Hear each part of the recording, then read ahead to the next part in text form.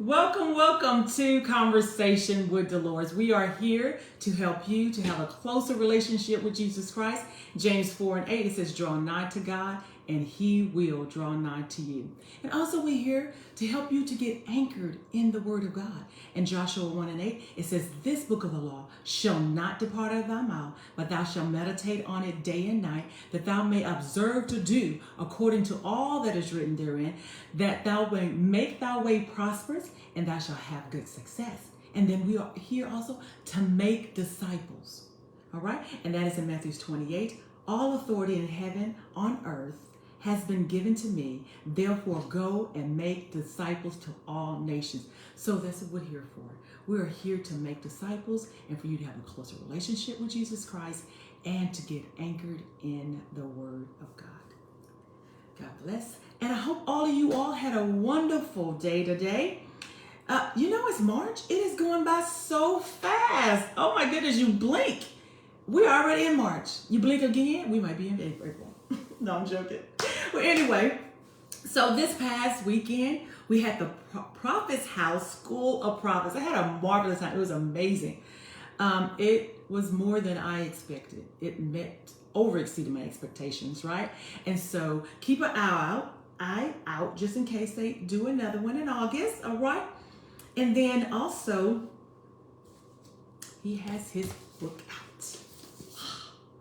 I'm so excited to read this. It says, When God Speaks, Apostle Joshua Giles says, thrive in uncertain times and gain confidence for your future. Okay, I want to read this in the back too. It says, let me move my glasses on here. Hold on here. It says, we as God's people carry the future within us. Everything we and the world will ever need has already been planted in us, waiting to be activated when God speaks. The question is, can you hear him? Lord, give us an ear to hear your voice when you are speaking to us. Amen. So get your book. And then also, at 7 a.m. in the morning on a Tuesday, we do a devotion out of here, not the whole thing. We just grab one and do portions of it, and then I just add my little stuff to it. All right, so we did that this morning. All right, so get your books, and I'll put a link where you can get that on Amazon. All right, let's see what else. Oh, all right, so in March it is my birthday. Oh my God, I'm getting older. I cannot believe my age. I really can't. But I ain't going to tell you anyway. But anyway, so my granddaughter birthday was Gianna's birthday was February 27th. Milani's birthday was Sunday, March 2nd. Mine's the 7th. And Jalen's the 16th. And John's the 30th. So we have a whole bunch of us that our birthdays are in March. So shout out to everyone that birthdays are in March. And all right, so let's go ahead and get into the word of God. Oh no, one more thing. There is 42 more days left for tax season. April 15 is going to be, before you blink, April 15 is going to be here. So go ahead and get your taxes done. And if you need someone to do your taxes, go ahead and click on my link in my bio. And I also will put it in my comment section, and we will do your taxes for you. All right, it's McLean and Associates, the name of that company. All right, let us get into the word of God. I'm so excited about this word. Let us pray. Heavenly Father, I just thank you for the word of God that's coming forth tonight. I pray that you open up their ears for them to hear that which you are saying to them. And I thank you, Lord God, that you are going to give them the faith to believe in you, that you are a restorer. In Jesus' name, amen. All right, we're coming from Joel 2:25. It says, I will restore to you the years the swarming locust has eaten. In the scriptures, God has his heart for his people, that he's not just going to just provide for us, but he wants to do restoration in our lives. Okay? Physically, emotionally, relationally, financially, and spiritually. He wants to do all this, and not just on a low level. You know what I'm saying? God, when he does stuff, he does it big, okay? And so he wants to restore you to your original state better than your original state. He wants to restore you. So tonight, that's where we're going to get into it. So one of the things, number one, restoration after loss. Israel had gone through suffer a great devastation. You know, when the locust is symbolizing destruction, loss, and hardship. Okay, so when you have experienced loss and hardship, God is saying to us that He will restore. So since He declares that He will restore, we're going to have to what? We're going to have to believe Him in His word. All right. And one of the things that He says is for spiritual restoration. So one of them is spiritual restoration. So when He restores your spirit, okay, He renews your faith. Remember we talked about our faith being hungry, that we hunger and thirst after God, after righteousness. So like the deer pants after the water brook, so our soul pants after thee. So we want Him to restore that. He wants us to restore our hunger after Him. Okay. So in Psalms 51:10-12, it says, "Create in me a clean heart, renew the right spirit within me. Cast me not away from your presence. Take not your Holy Spirit from me. Restore to me the joy of your salvation, and uphold me with your willing spirit." So God wants to restore us spiritually. So number two is physical. For instance, you may need healing in your body. He gives us a promise that He will restore that too. And that verse is Jeremiah 30:17. It says, "For I will restore health unto you and heal you of your wounds, declares the Lord."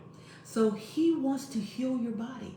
We have all these promises of God for us, and we have to stand and believe on that.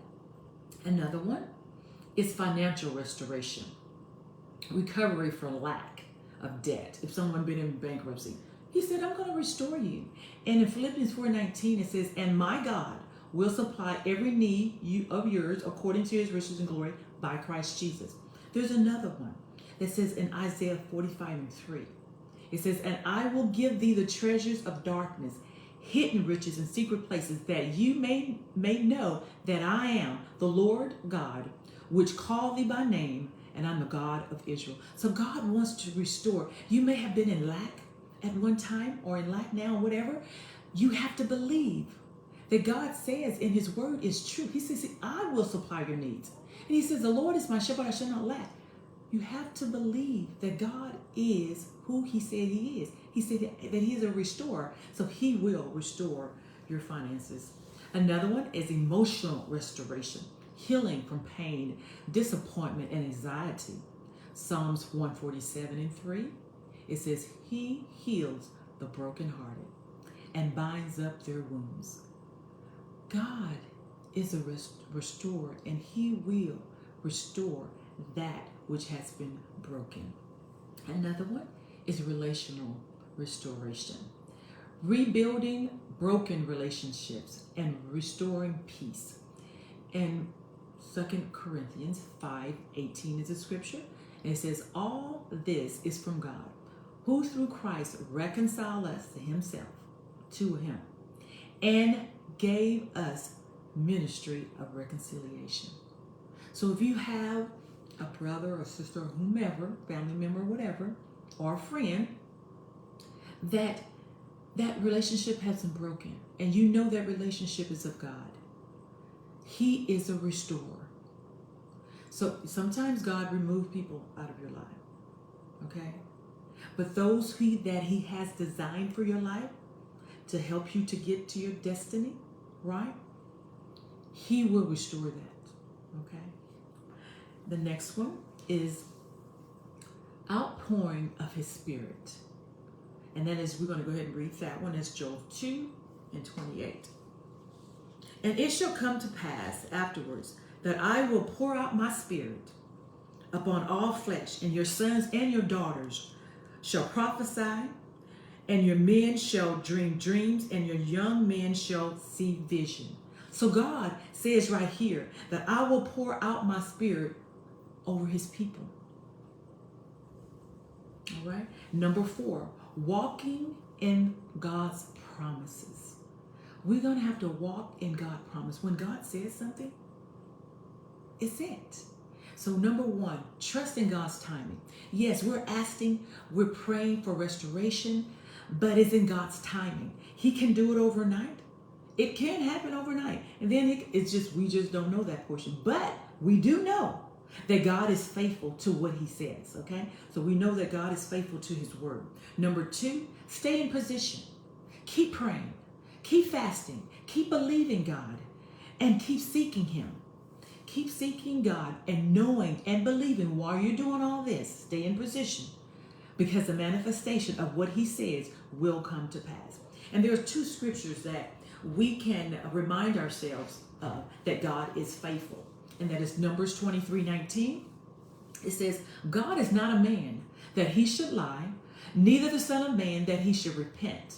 Has he said, and shall he not do it? Has he spoken, and shall he not make it good? So God can't lie. So if he said, I will restore health unto you, then you need to believe that he is going to restore health unto you. Okay? It says, call those things that be not as though they were. Because why? Because you believing, and by faith and restoration, he's going to do it. But it's his timing. But we just have to believe, okay? Number two is Isaiah 55:11. It says, so shall my word be that goes forth out of my mouth. It shall not return to me void, but it shall accomplish that which I please, and it shall prosper in the thing whereto I send it. So God's word is not returned to him void. And there's a scripture before that, and it says, like the rain comes down and water the earth, so shall God's word do the same thing. When the rain comes down, it doesn't stop halfway. It falls down, it hits the ground, and it waters the earth, and it brings forth, and it buds, right? The same way with God's word. When God's word comes into you and you believe it, receive it, and believe it, it's going to come forth. It's going to come forth of whatever that promise he promised you. All right? Number three, prepare for overflow. When God restores, he don't just restore just that. What he does? He does exceedingly, abundantly, more than you can even ask or think, according to the power that worketh in you. He will do more than the original thing that when you first started, okay? He healed your body. He's going to heal it, and you're going to have more, all right? Finances, all of that. We just believe in the word of God. So I hope that you have received something tonight. I made this fast. Because the word of God is true by itself. I want you to understand that he provides for us, but he is also a restoration. He restores. Okay? So we have all these promises that he promised us. I want you to hang on, hang your hat on this. Because God, you can take it to the bank and cash it. Okay? Because God's word is true. If he said it, he's going to do it. He's going to make it good. God is faithful. He is faithful. Let us pray. Lord, you declare that you will restore the years that the locust has eaten. We ask for divine restoration in every area of our lives, spiritually, physically, financially, emotionally, and relationally. Pour out your spirit upon us, renew us, and bring forth a season of abundance and joy in our lives.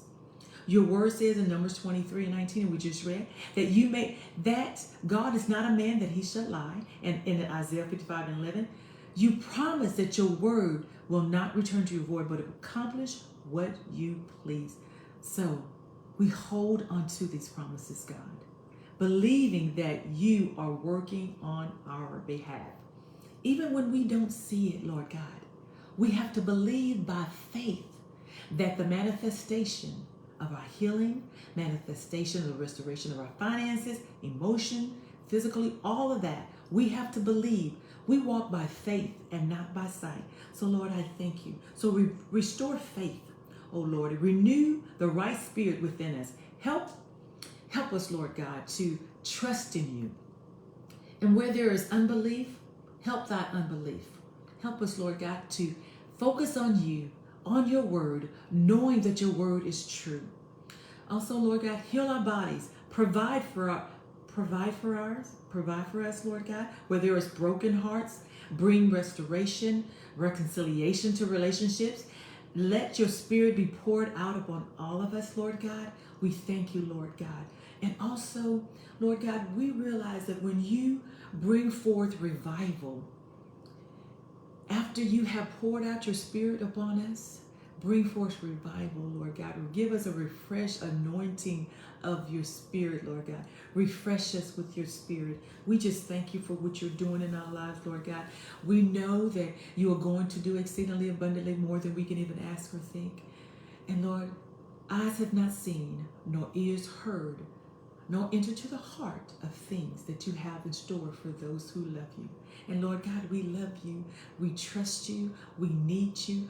We cast all our cares upon you, and that you told us, Lord God, once we cast our cares upon you, all we have to do is trust in you, and that you will lead and guide us in the direction that we should go. And Lord God, we thank you that you called us out of darkness and brought us into this marvelous light. And we say thank you. You didn't have to choose us, but you did. And so therefore, Lord God, in your word it says in Romans 12, I beseech you therefore, brethren, by the mercies of God, that you present your bodies a living sacrifice, holy and acceptable unto God, which is your reasonable service. So Lord God, the least that we can do is serve you. Listen and obey your words. Be doers of the word and not hearers only.